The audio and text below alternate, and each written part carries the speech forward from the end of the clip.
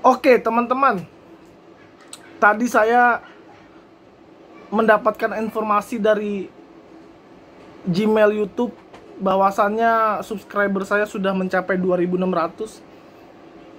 Saya sangat bersyukur bahwasannya podcast ala-ala ini bisa dibilang podcast yang miskin, nggak punya budget, cuman modal nekat dan modal percaya diri doang dan modal pertemanan doang bisa ngobrol-ngobrol seperti itu. Jujur saya nggak nyangka, karena yang selalu saya tekankan, pertama saya bukan anak artis, yang kedua saya tidak berniat sama sekali untuk menjadi YouTuber, sehingga saya tidak pernah nge-push subscriber saya tidak pernah nge-push uh, uh, viewer saya seperti itu. Saya biarkan ada yang 20 view, ada yang 30 view ya. Mungkin orang nggak terlalu suka misalnya kayak gitu.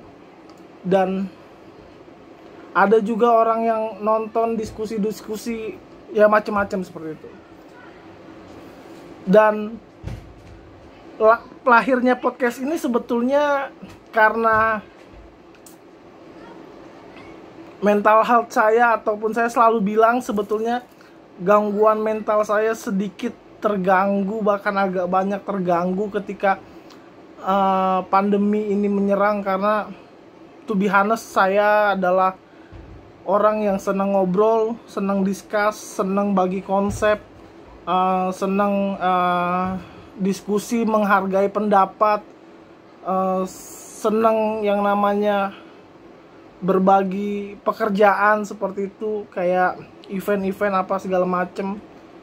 Lalu kemudian ketika pandemi, akhirnya mengambil itu semua. Dan yang perlu teman-teman tahu, terakhir saya tes psikologi ataupun psikotes, 95% itu saya ekstrovert dan 5% itu saya introvert. Jadi bayangkan ketika di rumah saya nggak punya teman ngobrol, nggak punya teman berbagi, nggak punya teman debat seperti itu. Wow, kayak agak sulit untuk dilewati. Tapi ya dengan lahirnya podcast ini, dengan beberapa usul dari teman, bikin aja channel YouTube, kamu menjadi channel YouTube yang teman berbagi seperti itu. Dan lahirlah podcast ini, dan podcast yang menurut saya masih jauh dari kata sempurna seperti itu.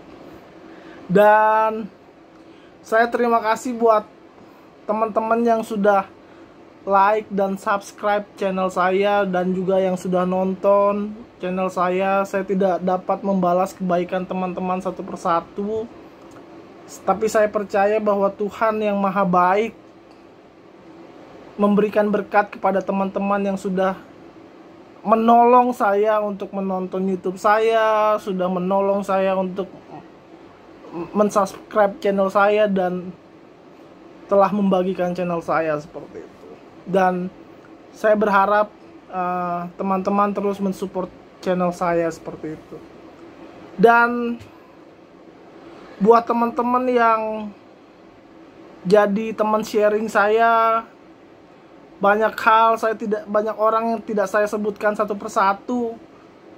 Saya terima kasih banyak, karena itu semua sampai saat ini tidak dapat terjadi kalau bukan kontribusi dari teman-teman. Kalau teman-teman tidak mau saya ajak ngobrol, tidak mungkin podcast saya bisa seperti ini. Saya berterima kasih banyak.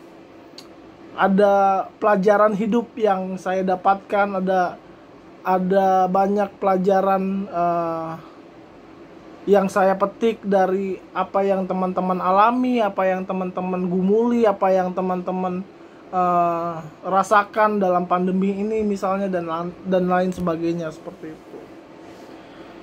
Dan saya juga mau bilang bahwa sebetulnya podcast saya bukanlah podcast yang ngobrol dengan tema-tema yang dalam, dengan tema-tema yang berbobot. Sebetulnya nggak juga seperti itu. Kalau dilihat dari banyaknya viewer, sebetulnya contoh salah satu konten menolak toxic relationship itu udah 7.000 view, dan bagi saya itu tidak terlalu mendidik, tapi mungkin bagi orang lain itu relate yang pernah mereka alami seperti itu, zaman-zaman ngebucin misalnya kayak gitu. Jadi itu yang membuat saya berpikir bahwa sebetulnya podcast ini bukan sekedar bahas isu-isu, tapi lebih kepada sharing juga bisa seperti itu. Dan harapan saya buat teman-teman yang mungkin saya ajak ngobrol di podcast saya, lalu kemudian teman-teman minder ataupun malu karena teman-teman merasa podcast saya tidak sangat ngobrol ataupun topik-topik yang mendalam. Tolong jangan pernah ragu lagi teman-teman, karena mungkin sharing yang kita lakukan mungkin menurut teman-teman tidak berguna, tapi bagi yang mendengar, bagi yang merasa itu relate dalam kehidupan dia, itu pasti sangat bermanfaat buat mereka yang mendengar dan apalagi relate sama kehidupan mereka. Jadi jangan pernah mengatakan bahwa wah saya nggak punya kemampuan untuk ngobrol, saya bukan orang pintar apa segala macam. No teman-teman, ada pengalaman hidup yang mungkin bisa kalian sharingkan, ada pengalaman-pengalaman pahit yang mungkin kalian bisa sharingkan seperti itu. Tidak harus topik-topik yang mendalam seperti itu. Dan bagi saya mendidik itu bukan hanya sekedar soal kognitif, tapi ada afektif juga, ada psikomotorik juga seperti itu. Jadi hal yang penting adalah buat teman-teman jangan pernah ragu ketika saya mengajak teman-teman ngobrol dan sharing seperti itu. Teman-teman, akhirnya saya mau sampaikan terima kasih banyak. Biarlah kebaikan teman-teman ini bisa Tuhan yang membalasnya. Terima kasih.